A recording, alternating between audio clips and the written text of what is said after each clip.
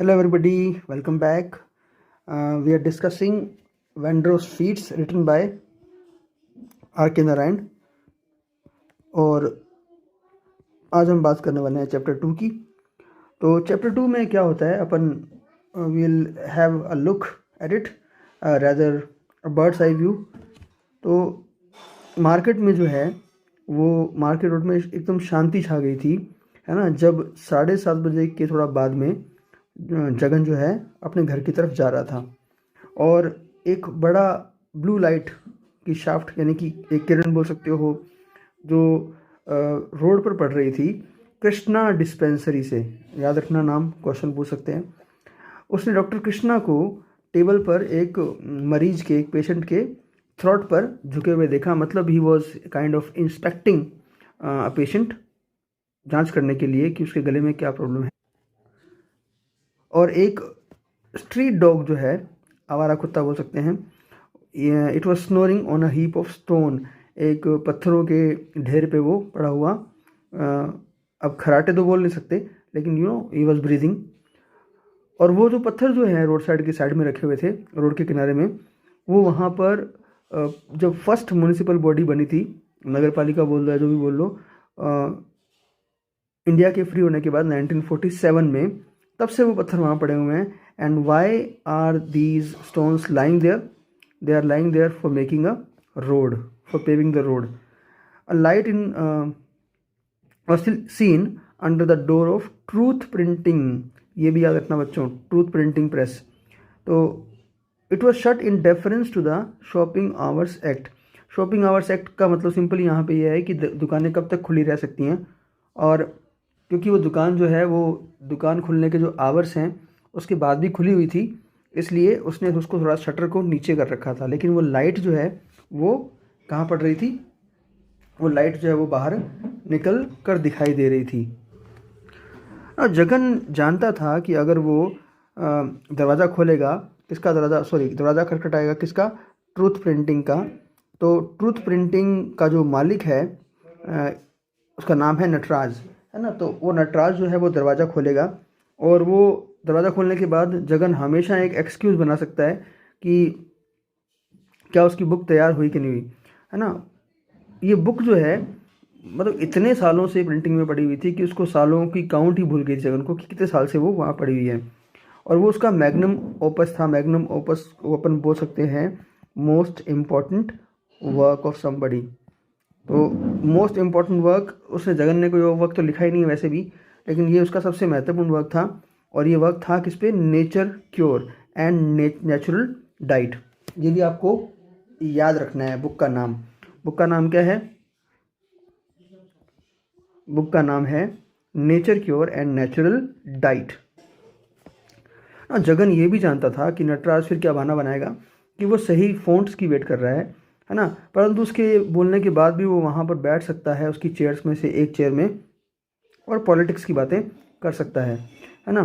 परंतु इस टेम्पटेशन को, इस लालच को उसने ओवरकम किया, मतलब नकार दिया, और वहाँ से निकल गया वो, क्योंकि उसे घर होना चाहिए। क्योंकि उसका लड़का जो है, लड़का बोले तो माली जो है वो लोनली होगा, अकेला होगा, इसलिए वो बोलता है कि आज नहीं। कुछ सोचने लग गया वो, कुछ इंट्रोस्पेक्टिव मूड में आ गया वो, इंट्रोस्पेक्शन करने लगा वो, आत्म मंथन करने लगा, है ना।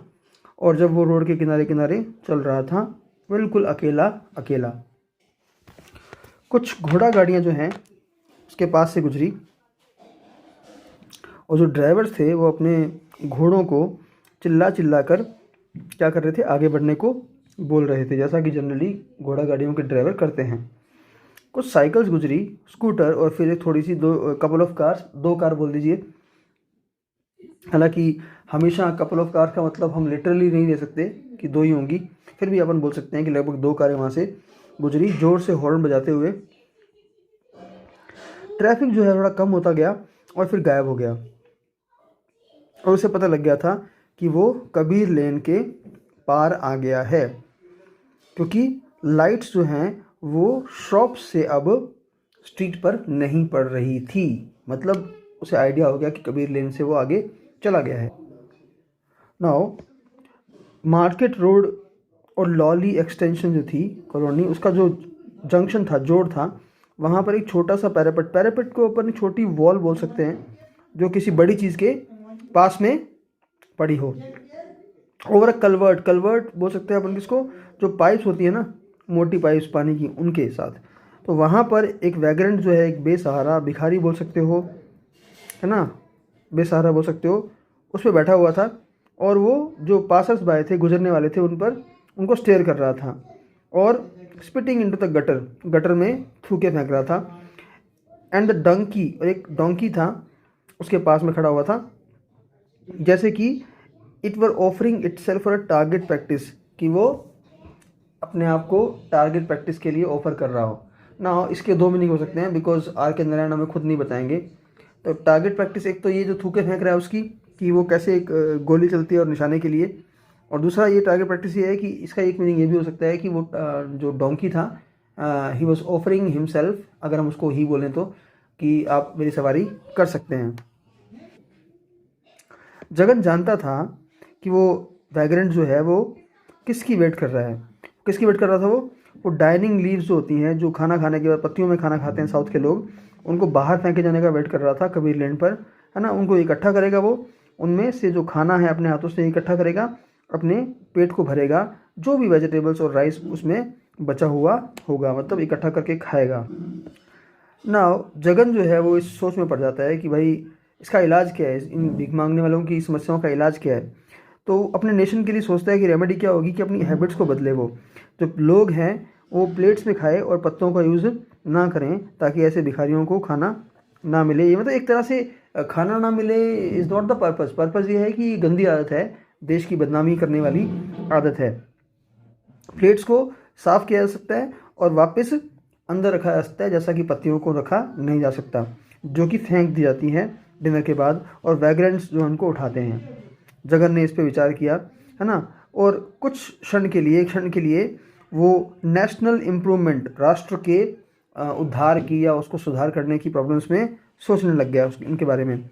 और वो किस बारे में सोचने लग गया, अलग अलग दिशाओं में। वो प्रॉब्लम सिर्फ खाने की और ये भिखारियों की नहीं थी, पूरे राष्ट्र की समस्याओं के बारे में वो सोचने लग गया। फिर वो क्या सोचता है, वो सोचता है कि अगर हर किसी ने डाइनिंग लीव्स को, मतलब खाना खाने वाली पत्तियों को त्याग दिया, तो जो इस बिज़नेस में लगे हुए हैं उनको अपने बिज़नेस से बाहर निकलना पड़ेगा, है ना, और कोई उनके लिए कोई अल्टरनेटिव बिज़नेस ढूंढना पड़ेगा, है ना।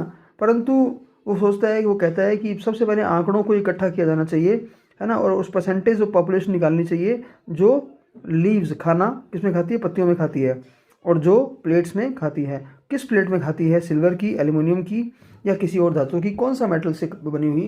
तो मतलब ये इतनी जो हमें सिंपल सी बात लगती है, उस पर भी बहुत सीरियसली वो सोच रहा है, एक राष्ट्र की प्रॉब्लम बनाकर इसको। फिर वो सोच रहा है कि कितने लोग ऐसे हैं जो ये ड्राई लीव्स जो हैं मेम्पटी के जंगलों से इकट्ठी करते हैं और उनको फिर सिलते हैं और छोटी छोटी सुइयों के साथ, और कितने लोग ऐसे हैं जो इस प्रकार के विशेष बनाना लीव्स उगाने में लगे हुए हैं, जिनसे खाना खाने वाली पत्तियां बनाई जाती हैं, या यूँ कहें कि पत्तल बनाई जाती हैं। तो जब तक ये सब बातें ना हो जाएं, पूरे राष्ट्रीय स्तर पर ये वैग्रेंट, ये भिखारी जो है ऐसे ही रहेगा यहाँ पे। रात्रि को लेट वो अपने कलवर्ट से, अपनी पाइप से निकला, बड़ी पाइपें होती हैं जो म्यूनसिपैलिटी रखती है जिसको, उससे निकला वो, और निकल कर स्ट्रीट में चिल्लाता हुआ हर दरवाजे पे गया। क्या चिल्लाता हुआ, O good mother give a handful of rice to for this hungry one, इस भूखे को थोड़ा खाना दे दो, कुछ चावल दे दो। और भिखारी की जो आवाज़ थी वो बहुत ही डीप थी, गहरी आवाज़ थी, जो चीर जाती थी दरवाज़ों को, और किचन में, और किचन से भी परे पहुंच जाया करती थी। उसकी आवाज़ जो है वो शैतानी करने वाले बच्चों को भी चुप करा देती थी, क्योंकि उसको एक 3 आंखों वाले आदमी के रूप में डिस्क्राइब किया गया था घरों में बच्चों को डराने के लिए। फिर जगन सोचता है कि ये एक धब्बा है पूरे राष्ट्र के नाम पर।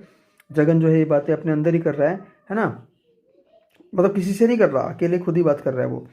और जब तक वो लॉली जो है उसकी स्टैचू तक पहुंचता है, अब फरलोंग जो है एक मेजरमेंट यूनिट है, जिसमें लगभग 201 पॉइंट समथिंग मीटर होते हैं बच्चों, है ना। और लगभग 220 यार्ड्स होते हैं। तो एक फरलोंग चलने के बाद उसका सिर जो है, उसके सिर दिमाग में जो है, throbbed with several national and human problems and their ramifications. उसके दिमाग में अभी भी क्या चल रही थी, बहुत सारी राष्ट्रीय और मानवीय समस्याएं चल रही थी, और उन समस्याओं के क्या परिणाम थे उनके बारे में वो सोचता हुआ जा रहा था। मतलब आदमी एक गांव का है, लेकिन जो सोच उसकी जो है, जो सोचना जो है उसका, वो राष्ट्रीय और मानवीय ह्यूमन काइंड की पूरी प्रॉब्लम्स के बारे में सोच रहा है वो। क्या वास्तव में ऐसा इंसान है, ये तो हमें आगे जाके पता लगेगा, but for the time being वो सोच रहा है। सर फ्रेडरिक लॉली, लॉली का पूरा नाम याद रखना, सर फ्रेडरिक लॉली, इसको याद रखना है आपको। क्यों याद रखना है, पूछ सकता है वो। अच्छे क्वेश्चन भी बनाए जा सकते हैं, वो आपसे फैक्चुअल क्वेश्चन पूछ सकता है इस तरह के। तो उसके जो फेस था वो सिटी की तरफ था, और उसकी जो बैग थी वो क्या मानी जाती थी, the back of beyond. Back at one time, किसी समय पर। बैक ऑफ बियॉन्ड का मतलब यह है कि मतलब उसकी बैग के पीछे और कुछ नहीं था, शहर नहीं था मतलब। और उसको सिटी की लिमिट, सिटी के फैलाव की लिमिट भी माना जाता था। परंतु ये जो भविष्यवाणी थी कि यहाँ तक सिटी रहेगी, आगे कुछ नहीं होगा, वो क्या हो गई, ख़त्म हो गई, एक तरह से झूठी साबित हो गई, जब lolly extension, south extension, new extension, ये सब कॉलोनीज बन गई। और ये सारी की सारी कॉलोनी जो हैं वो स्टैचू के परे थी, मतलब उसकी बैक की तरफ। और जगन का जो पुश्तैनी मकान था, जो कभी सिटी के अंत का आखिरी मकान था, वो पहला मकान बन गया नई कॉलोनीज़ का। तो मतलब एक समय ऐसा था तो जगन का मकान जो है वो आखिरी मकान माना जाता था, लेकिन जब नई कॉलोनीज बन गई तो वो नई कॉलोनीज का पहला मकान बन गया। जैसे जगन जो है स्टैचू के पास पहुंचा, उसके अंदर एक थ्रिल आ गया, एक रोमांच आ गया। और वो रोमांच जो है वो उस बड़ी विशाल मूर्ति को देख के नहीं आया था, जो कि एक नेपोलियन, एक विजेता के रूप में जो है सर्वे कर रहा था, देख रहा था मालगुडी की हिस्ट्री को। क्योंकि अब अपन ऐसा सोच नहीं सकते कि वो उसको देख के आया होगा। क्यों ऐसा सोच सकते नहीं अपन, क्योंकि जगन ने इसको नोटिस करना छोड़ दिया था लगभग 40 साल से भी ज़्यादा से। मतलब वो इस मूर्ति को, इस स्टैचू को नोटिस नहीं करता था। परंतु ये थ्रिल क्यों आया, उसे अपने बेटे माली की एक झलक दिखाई दी। उसे लगा कि उसका बेटा माली है स्टैचू की दूसरी तरफ। जो पेडेस्टल था, पैदल चलने वाला रास्ता था, उस पर क्या थे, बड़े बड़े स्टेप, सीढ़ियाँ लगी हुई थी, जो एक तरह से पार्क बेंच का काम कर रही थी जवान और बूढ़े लोगों के लिए जो आसपास के एरिया से थे। नाउ वहाँ कौन कौन था, पेंशनर, जो रिटायर लोग हो चुके हैं, वो खाली बैठे हुए लोग जो हैं, थके हुए जो मजदूर हैं या काम करने वाले लोग हैं, और थोड़े से जो बीमार सिटीजन्स हैं जिनको डॉक्टर्स द्वारा एडवाइस दी गई थी फ्रेश एयर लेने की, वो ईस्ट वेस्ट नॉर्थ साउथ सब दिशाओं को फेस करते हुए बैठे हुए थे उन सीढ़ियों पर। स्टूडेंट्स जो हैं वो अपनी साइकिलों पर आगे झुके हुए थे, और उन्होंने ग्रुप बनाया हुआ था सदर्न स्टेप्स की तरफ। और सब के सब जो हैं वो टाइट ट्राउजर्स और कलरफुल शर्ट्स पहनकर वहाँ खड़े हुए थे। और वो डिस्कस क्या कर रहे थे, फिल्म स्टार्स, क्रिकेट और फैशन, उसके रूप में फैशंस के बारे में डिस्कस कर रहे थे। जैसे आजकल गॉसिप करते हैं लोग, वैसे वो भी गॉसिप कर रहे थे। जगन जो है वो उस स्टैचू को नॉर्थ साइड से क्रॉस करता है, so that he might not embarrass his son, ताकि वो अपने बेटे को एम्बेरस ना करे, मतलब उसका बेटा उसको देख के एम्बेरस होगा, इसलिए वो उससे छुपता हुआ निकला। परंतु वो इस बात को श्योर करना चाहता था कि वो वहाँ पर है या नहीं, वास्तव में है या नहीं। तो एक तेज़ी से उसने नज़रिए से या तेज़ी से झलक से उसने ग्रुप पे देखा, और उसने माली को वहाँ पर स्पॉट कर लिया डीप येलो शर्ट से, है ना। और एक छोटा सा जो ग्लिम्स था, छोटी सी जो झलक थी, उसने उसे खुशी से भर दिया। और वो कदम ताल करते हुए अपने मतलब जल्दी से तेज़ी से चलते हुए, बिना आवाज़ करते हुए और कहीं और देखते हुए, कुछ इरेलीवेंट बातों को बढ़ाते हुए, है ना, निकल गया है वहाँ से। और बोल क्या रहा था वो, बेचारा लड़का, जैसा है उसको वैसा ही रहने दो, उसके हाल पर छोड़ दो। और अपने बेटे पे बड़ा गर्व था उसको, उसकी हाइट, उसके वेट, उसकी ग्रोथ पे। दूसरे भी हैं पर वो सबसे अलग लगता है ना। और वो बड़ा हैरान होता था ये सोचकर कि भगवान ने उसके लिए क्या सोच के रखा हुआ है ना, ये सोचते हुए। और फिर क्या बोला वो, चलो मुझे उसे और टाइम देना चाहिए। घर पहुंचता है वो, और अभी भी उसके दिमाग में अपने बेटे के प्रति विचार चल रहे हैं। घर के अंदर प्रवेश करता है, लाइट्स जलाता है सामने वाले कमरे की, अपना जो ऊपर वाला क्लोथ्स है उसको उतार कर टांग देता है एक कील में जो दीवार में लगी हुई है अपनी जिब्बा जो है, अपनी बनियान जो है जेब वाली, उसको एक टोकरी में रख देता है कल की वॉश के लिए, धोने के लिए, है ना। अपने पुराने घर में से होकर गुजरता है, जिसमें कि ट्रिपल लेयर वाली सीरीज़ है, जिसमें कि खुला एरिया है और थोड़े से कॉरिडोर भी हैं, मतलब दोनों तरफ कमरे हों जिसके, और बीच में एक बरामदा सा हो। और पिछले दरवाजे पे पहुंच जाता है और वो जो बार है, छड़ है जो जिससे दरवाज़ा बंद होता है, उसको उठाता है और धीरे से नीचे रख देता है। एक क्षण के लिए वो खड़ा रहा, स्टार्स की तरफ देखता हुआ और हैरान होता हुआ इस दृश्य पर जो हमारे ब्रह्मांड का हमें दिख रहा था। फिर वो कहता है कि कितनी हैरानी की बात है ना, कि पर प्रॉब्लम तो एक ही है, उनमें रहता कौन है।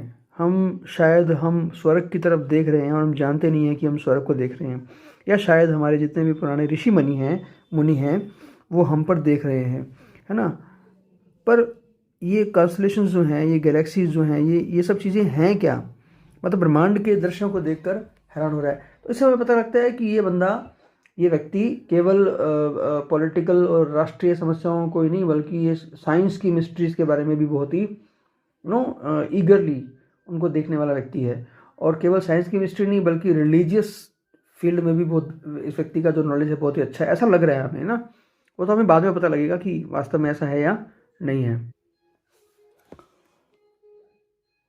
वो उनके बारे में बिल्कुल क्लियर नहीं था, उसको पता नहीं था, क्योंकि उसका जो एस्ट्रोनॉमी का नॉलेज था, it was limited to the location of pole star from Orion's belt और सोर्ड। ओरायन बेल्ट और सोर्ड जो है वो एक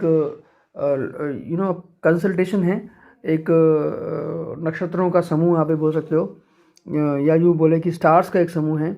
ऐसा कहते हैं कि ओरायंस बेल्ट में 3 जो स्टार्स है उनका एक ग्रुप होता है। बाकी मेरा एस्ट्रोनॉमिकल नॉलेज भी जगन से कुछ ज़्यादा नहीं है, because it hasn't been my subject. So उसका नॉलेज जो है वो बहुत लिमिटेड था, कहने का मतलब ये है। परंतु उस नॉलेज के लिए भी उसको 2nd क्लास बैज अवार्ड मिला था बहुत साल पहले, जब वो स्काउट में था, जब वो एक बॉय स्काउट था। आकाश में जितनी भी लाखों की संख्या में बॉडीज़ थी चमकने वाली, जगन की जहाँ तक बात थी वो 2 से ज़्यादा नहीं थी जिनके बारे में उसको नॉलेज था। मतलब उसको 2 से ज़्यादा के बारे में नॉलेज नहीं था, है ना। और ओरायंस बेल्ट और पोल स्टार के अलावा उसे एक एक्स्ट्रॉर्डनरी फायरवर्क जो है, फायरवर्क का मतलब यहाँ पे आग जलना नहीं है, लाइट बोल सकते हो आप, तो वो उसको दिखाई देता था, जो कभी कभी उसको बिल्कुल स्थिर धरती के ऊपर वेस्टर्ली डायरेक्शन, है ना, वेस्ट डायरेक्शन में दिखाई देता था। तो मतलब उसका जो नॉलेज था वो बहुत ज़्यादा नहीं था, अभी तक पढ़ने पे ऐसा लग रहा है कि जो ईडियम है एक कि jack of all trades is a master of none, वो वाली जो ईडियम है लगता है इस पे वो बिल्कुल सही बैठने वाली है। कभी कभी वो उसको वीनस कहता था, शुक्र, कभी कभी वो उसको जुपिटर बोलता था, यानी कि बृहस्पति, परंतु उसको श्योर नहीं था। परंतु उसकी हमेशा तारीफ करता था अनरिजर्वडली, मतलब बिना डाउट के, और इस बात पे वो प्राउड फील करता था कि वो भी इसी क्रिएशन का एक हिस्सा है जिस क्रिएशन का ये हेवनली बॉडीज़ हैं। नाउ ये सब उसके लिए एक आदतन कंटेम्पलेशन का मोमेंट बन चुका था, मतलब विचार करने का। जब भी वो गुजरता था बाथरूम में जाने के लिए पीछे के एरिया से अपने घर के, उसका जो बाथरूम है वो एक शैक से ज़्यादा कुछ नहीं था, एक हट जो थोड़ी सी ख़राब सी हो, जो वुडन या आयरन या कोई भी टिन उनसे मिलके बनाई हो। उस पर रूफ था किससे, कॉर्गेटेड शीट्स। कॉर्गेटेड शीट्स का मतलब है कि जब लोहे की शीट्स को या टिन को जब जिग जैग करके थोड़ा स्ट्रॉन्ग बनाने के लिए यूज़ किया जाता है, उसे कॉर्गेटेड शीट्स बोलते हैं, है ना। इस तरह से जिग जैग शीट्स। तो उसमें टिन जो है वो कैसे ना कैसे करके घुसा दिया गया था, कहाँ पर, एक वुडन फ्रेम में, लकड़ी के फ्रेम में, दरवाज़ा बनाने के लिए। उसके जो हिंजेस थे, उसके जो कब्जे थे वो क्या थे, बहुत ही रस्टी हो गए थे, जंग लग गई थी। और वुडन फ्रेम जो है वो भी क्या हो गया था, बहुत ही टाइम के साथ साथ जो है वो क्या हो गया था, डैमेज हो गया था। और दरवाज़ा जो है वो कभी भी पूरा बंद नहीं होता था, परंतु एक गैप उसके अंदर हमेशा रह जाया करता था, बाथरूम के दरवाजे के अंदर, जिसमें से कोई भी व्यक्ति अंदर नहाने वाले व्यक्ति की झलक थोड़ी सी देख सकता था। मतलब वो दरवाज़ा ऐसा था कि उसमें से अंदर नहाने वाले की शक्ल तो नहीं बोलेंगे, थोड़ी झलक दिख जाया करती थी। परंतु ये घर के लोगों की आदत बन गई थी पीढ़ी दर पीढ़ी कि जो मेंबर्स हैं वो देखते नहीं थे उसके अंदर, है ना। और ये बाथरूम वैसा ही रहा था जैसा कि वो उसके पिता के दिनों में रहा था, जो कि बहुत ज़्यादा विरोध करता था किसी भी प्रकार के इम्प्रूवमेंट के सजेशन का, कि मतलब बाथरूम को इम्प्रूव करो, नहीं, वो नहीं मानता था कि बाथरूम को इम्प्रूव किया जाना चाहिए। और उसका फादर इम्प्रूवमेंट के पक्ष में क्यों नहीं था, क्योंकि वो कहता था कि अंततः कोई भी व्यक्ति जो है वो बाथरूम में रहता नहीं है ज़िंदगी भर, है ना। कोई भी व्यक्ति जो नहा रहा है उसके अंदर, उसे जल्द से जल्द बाहर आ जाना चाहिए ताकि बाकी लोग भी नहा सकें, है ना। एक बड़ा सा कोकोनट का पेड़ जो है वो उस बाथरूम के ऊपर जो है झुका हुआ था, उससे बड़ी बड़ी सूखी पत्तियां जो गिरा करती थी, और दूसरे भी कृषि के सामान यानी कि कृषि की चीज़ें जो हैं, ओट्स एंड सामान, मतलब जो उस कोरुगेटेड रूफ के ऊपर गिर जाया करती थी। और जब वो गिरती थी तो एक थर्ड की आवाज़ आती थी, ज़ोरदार आवाज़ आती थी। और हर चीज़ जो है इस घर में, उसके अंदर एक सैंक्टिटी या यूँ बोलें कि रिस्पेक्ट जो है ऑफ यूसेस का मतलब है कि हर चीज़ भगवान ने जो बनाई है उसका कोई ना कोई यूज़ होता है ना। और यही कारण था कि इम्प्रूवमेंट की कोई संभावना ही नहीं थी। मतलब पत्तियां गिर रही हैं, कचरा गिर रहा है उसके ऊपर, बाथरूम का दरवाज़ा सही खुल नहीं रहा है, बंद नहीं हो रहा है, सॉरी, उससे कोई फ़र्क नहीं पड़ता। कोई भी कचरा नहीं है, कुछ भी कचरा नहीं है, सब चीज़ें जो है वो काम की हैं, इसलिए उसमें इम्प्रूवमेंट करना संभव ही नहीं था। जगन का पिता जो था, जैसा कि सब जानते थे, वो एक थैस्ड हट में, मतलब जो अपने भूसा होता है उससे बनी हुई हट में रहता था, इस ग्राउंड के बिल्कुल पीछे की तरफ। सब जानते थे ये बात।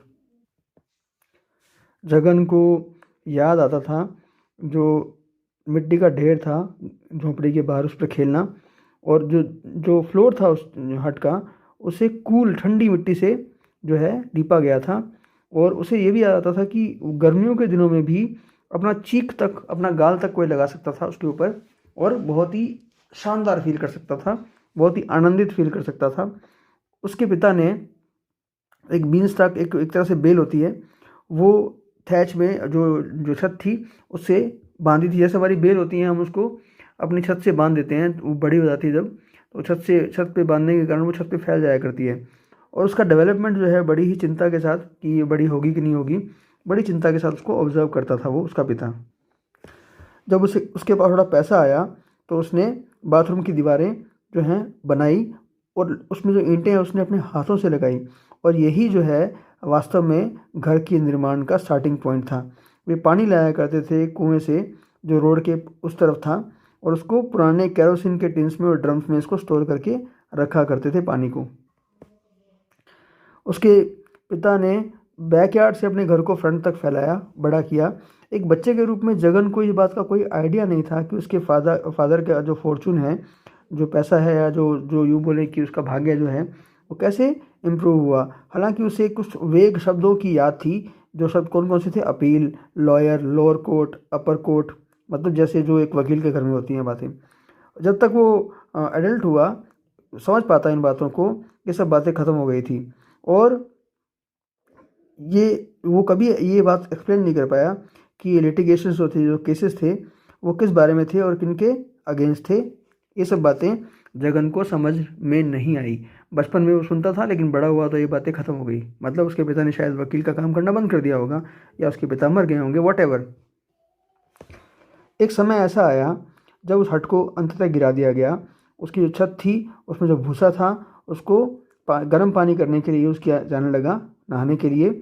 और उसकी जो कूल मड फ्लोर था उसको तोड़ दिया गया और खोद दिया गया छोटी छोटी खाइयों में, जिसमें कि कोकोनट की सीडलिंग्स, जो पौध है, वो लगाई जा सके।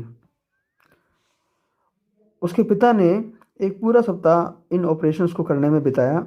जगन और उसके भाई जो थे वो क्या करते थे, ये मतलब बास्केट जो है, टोकरियाँ जो भर भर के खोदी हुई मिट्टी को लाते थे, है ना, जोए से, आनंद से चिल्लाते हुए, क्या कहते हुए, चलो एक पहाड़ बनाते हैं। उसका जो पिता था उसकी अपनी थ्योरी थी कोकोनट उगाने की, और वो उन खड्डों को बहुत ज़्यादा मात्रा में क्या करता था, सॉल्ट से भर दिया करता था। वो कहता था कि साल्ट एक ऐसी चीज़ है जो कोकोनट ट्री को पैदा करने में या बड़ा करने में हेल्प करती है। और वो हर दिन ये बात रिमार्क करता था कि मुझे एक ऐसा आदमी बता दो जो कोकोनट ट्री उगा सकता है ढंग से, और मैं तुम्हें बता दूंगा ऐसा आदमी जिसके कंधों पर एक प्रैक्टिकल हेड है, व्यवहारिक सिर है। मतलब सिंपल भाषा में बोले तो one who can rear a coconut tree properly is a very clever man according to the father of Jagan. रोजाना 5 बजे मॉर्निंग में जगन उठता था और नीम के पेड़ की एक टहनी तोड़ता था और उसको चबा कर टिप बनाता था और अपने दांतों को ब्रश करता था। वो टूथब्रश के यूज़ के अगेंस्ट था और उसे लगता था कि जिसके ब्रिसल्स जो हैं वो सूअर की पूंछ के बालों से बनाए जाते हैं, है ना। और वो डिक्लेयर करता था कि सोचना भी पाप है या सोचना भी बड़ा अजीब है कि कैसे कोई व्यक्ति सूअर के पूंछ जो है उसको चबा सकता है दिन में पहली चीज़ के रूप में। मतलब पहला काम हम ये करें कि सूअर की पूंछ के बालों को चबाएं, ये बात उससे बड़ी अजीब लगती थी। ये बड़ा ही मुश्किल था पता लगाना कि उसकी थ्योरीज कहाँ से आई थी और कितना वो महात्मा गांधी से वो सीखा था और कितना अपने पिता से उसने प्राप्त किया था, जिसने भी उसके पिता ने भी अपना पूरा जीवन जो है अपनी थ्योरीज को परफेक्ट करने में लगाया था। कौन सी थ्योरीज, कैसे अच्छा जीवन जिया जाए, और उन थ्योरीज को वो अपने आप पर, अपने कोकोनट के पेड़ों पर, अपने बच्चों पर, अपनी वाइफ पर भी क्या करता था, ट्राई करता था। यहाँ तक कि नायलॉन के ब्रिसल्स जब बनने लगे, जगन ने कभी भी अपनी व्यूज़ बदली नहीं। उसका मानना था कि नायलॉन का जो है दांतों के इनेमल पर बड़ा ही गंदा प्रभाव होता है। वो कहता था कि तुम्हें मुझ पर विश्वास नहीं है ना। मेरे पिता को याद करो जो 90 की एज में जिनकी डेथ हुई थी और उनका एक भी दांत उनके जबड़े से टूटा नहीं था, है ना। जगन को मार्गोसा यानी कि नीम की प्रॉपर्टीज़ पर बहुत ज़्यादा ही विश्वास था और इसके कड़वेपन के बावजूद भी वो इसको अमृत कहता था। अमृत माने एक ऐसी औषधि, एक ऐसा खाना जो कौन खाता है, गॉड्स, भगवान, और जो जीव देवताओं को भी जीवित रखती थी, है ना। और वो कभी कभी इसको संजीवनी भी कहता था, एक ऐसी रेयर हर्ब जो हमारे एपिक्स में मेंशन्ड है, जो अगर किसी के नाक पर लगा दी जाए तो वो जीवित कर सकती है मृत व्यक्ति को भी। ये जो रेफरेंस है, ये जो रेफरेंस है कहाँ का है, रामायण का है ना। बिकॉज रामायण में भी एक इंसिडेंट हमें मिलता है संजीवनी बूटी का। वो रामायण में जो संजीवनी बूटी थी वो नीम नहीं हुई होगी, लेकिन ये उसको संजीवनी मान रहा है। उसने कभी भी अपने फादर के प्रति ग्रेटफुल होना बंद नहीं किया, क्योंकि उसके फादर ने वो सीडलिंग, वो पौध उगाई थी अपने समय में, और इससे उसको एक लगातार मिलने वाला सोर्स टहनियों का या दातुन का प्राप्त हो गया। वो इतना पर्याप्त था कि वो उसकी जनरेशन और आने वाली जनरेशन के लिए भी काफ़ी था, है ना। जैसा कि ट्रीज़ की डायमेंशंस को देख के पता लगता था, साइज़ को देख के पता लगता था। वो उसकी कड़वी पत्तियों को महीने में एक बार चबाया करता था, क्योंकि उसके सिस्टम में वो सारे के सारे बैक्टीरिया को डिस्ट्रॉय कर देती थी। और उसे बड़ा ही इलेटेड फील होता था, बड़ा ही proud and happiness mix feel होता था जब हवा बहती थी। नाउ क्योंकि वो हवा जब बहती थी तो उसके मार्गोसा के पत्तियों के बीच में से होके बहती थी, उसको वो एंटी टाइफॉइड मानता था। और समर के टाइम पे जब बरसातें होती थी तो जो वो पूरा स्थान था वो खुशबू से भर जाया करता था, छोटे छोटे येलो फ्लावर से जो कि गिरते थे एक किसी पतले धागे की तरह। उनको इकट्ठा करता था, उनको घी में फ्राई करता था और उस एम्ब्रोसिया को, उस देवताओं के फूड को वो कंज्यूम करता था उसकी वर्थ के लिए, वंस ए वीक, हफ्ते में एक बार। उसकी वाइफ जो है उसकी थ्योरीज को नहीं मानती थी, है ना, और ना ही उसकी हेल्थ गिविंग एक्टिविटीज़ को वो मानती थी। उसे उसकी थ्योरी से नफरत थी और अपना जीवन जीने में वो विश्वास से रखती थी। उनका पहला झगड़ा कब हुआ, जब उसने उसको एस्पिरिन खाने से मना कर दिया, दर्द की दवाई, है ना, और कहा कि उसे कुछ मार्गोसा के नीम के कुछ फ्लावर्स को फ्राई करना चाहिए घी में, और उनको हेडेक से मुक्ति पाने के लिए क्या करना चाहिए, निगल लेना चाहिए, गटक लेना चाहिए। उनके गलियारे में एक जो पुराना पिलर था वहाँ बैठी हुई थी वो, उसने अपना सिर जो है वो टॉवल से कस के बांधा हुआ था, है ना, और वो आगे और पीछे जो है ज़ोर ज़ोर से हिल रही थी, है ना, और वो डेस्परेटली बैक कर रही थी कि मुझे एस्पिरिन दे दो, एस्पिरिन दे दो, मेरा सिर दर्द हो रहा है। जगन जो है हालांकि वो सिंपैथेटिक था अपनी पत्नी के प्रति, उसको करुणा आती थी उसको, उसकी कदर थी, ऐसी बात नहीं है, परंतु उसे विश्वास था कि एस्पिरिन से कुछ फ़ायदा नहीं होगा, है ना। वो उसकी तरफ देखती ही उसने उसकी तरफ देखा और कहा कि ये सिर दर्द तो आधा भी उतना दुख देने वाला नहीं है जितना कि तुम्हारी बातें, है ना। तुम जल्दी ही मुझे मृत पाओगे या तुम देखोगे कि मैं जल्दी ही मर जाऊंगी, मुझे लगता है। तो वो कहता था नहीं, तुम्हारे सिर दर्द ने तुम्हें क्या कर दिया है, पागल बना दिया है। उसका गुस्सा भी थोड़ा सा बढ़ जाता उस समय। वो उसके उस अपीयरेंस से नफरत करता था जब वो टॉवल बांध के बैठ जाती थी अपने सिर पे और उसके बिखरे हुए बालों के साथ। वो बहुत ही घूलिश लगती थी, जैसे घोस्ट लाइक, है ना। और कोई हैरानी की बात नहीं थी कि वो इसमें कि उसको सिर दर्द थे, हेडेक की प्रॉब्लम थी। फिर उसने अचानक से रियलाइज़ किया कि वो किस तरह सोचता है, परंतु उसने उसको दबा दिया अपनी सोचने को और बिल्कुल प्रयास करते हुए उसने कहा तुम्हें जो करना है तुम वो करो, परंतु सफ़र मत करो। और उसने क्या रिप्लाई किया वाइफ ने, मुझे अकेला छोड़ दो, उसने उत्तर दिया इसको। जगन पूछना चाह रहा था कि तुम मुझसे इतना डिस्गस्टेड क्यों हो, इतना नफरत क्यों करती हो, परंतु माली के रूम में चला गया। वो माली जो है उसने जोर देकर कहा था कि उसे भी अपना एक खुद का रूम चाहिए और उस बड़े घर में माली के लिए रूम ढूंढना इतना मुश्किल काम नहीं था। माली को एक बड़ा हॉल मिला था जिसमें कोई वेंटिलेटर या विंडो नहीं थी, है ना, जिसको कि कूल रूम के नाम से जानते थे उन दिनों में। और उसमें एक पत्थर लगा हुआ गोल टेबल था जो कि सेंटर में रखा हुआ था और साथ में एक स्टूल भी था। माली बड़ा ही खुश था इस रूम से क्योंकि ये किचन के पास में भी था, खाना मिल जाएगा, और मेन हॉल के पास में भी था। और वो सब बातें सुनिए ध्यान से कि वो प्राइवेसी को भी इंजॉय कर सकता था और he never lose sight of all goings on in the house. और जो कुछ भी घर में हो रहा है उससे वो दूर नहीं था, मतलब सब कुछ उसको दिखाई देता था, जैसे कि उसके मम्मी डैडी के बीच में होने वाले आर्ग्यूमेंट्स और उनके कॉन्वर्सेशन विद विजिटर्स, जो लोग आने वाले थे मेहमान वगैरह, उनसे जो बातें होती थी सब उसको सुनाई देता था। जगन ने उससे पूछा कि तुम्हें पता है कि तुम्हारी मदर जो है अपनी सिर दर्द की दवाइयाँ कहाँ रखती है। वो बोला कि मैं जानता हूँ परंतु वो मुझे टच करने नहीं देती, ऐसा क्यों। ये बात कौन बोलता है, जगन बोलता है कि ऐसा क्यों है। तो मालिक बोलता है कि मैं खा सकता हूँ इनको क्योंकि सुंदर लगती हैं दिखने में बहुत।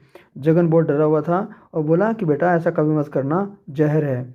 जहर क्या होता है, लड़के ने पूछा बहुत ही निर्दोष भाव से, है ना, और उस पतंग से ऊपर देखते हुए जो उसके साथ जिसके साथ वो खेल रहा था। वो अपने बेटे से बोलता है, वो डेस्परेटली बोलता है, मतलब डेस्परेटली एक एक्सप्रेशन देता है वो क्योंकि वो नहीं चाहता था कि वो ऐसे अपवित्र शब्द घर में बोले, परंतु अब कोई रास्ता नहीं था उसके पास, इसलिए बोलता है वो कि लोग मर जाते हैं जब वे पॉइजन खाते हैं, है ना। माली जो है वो पूरे इंटरेस्ट के साथ सुन रहा था और पूछा उसने, और फिर क्या होता है, जैसे कि वो कोई कहानी सुन रहा हो। अब जो मैटर्स थे वो बिल्कुल अनएक्सपेक्टेड दिशा में जा रहे थे, मतलब उसे ऐसा नहीं लग रहा था कि बेटा कुछ और पूछेगा, लेकिन बेटे ने पूछ लिया। तो वो सीधे पूछता है कि गोली कहाँ है।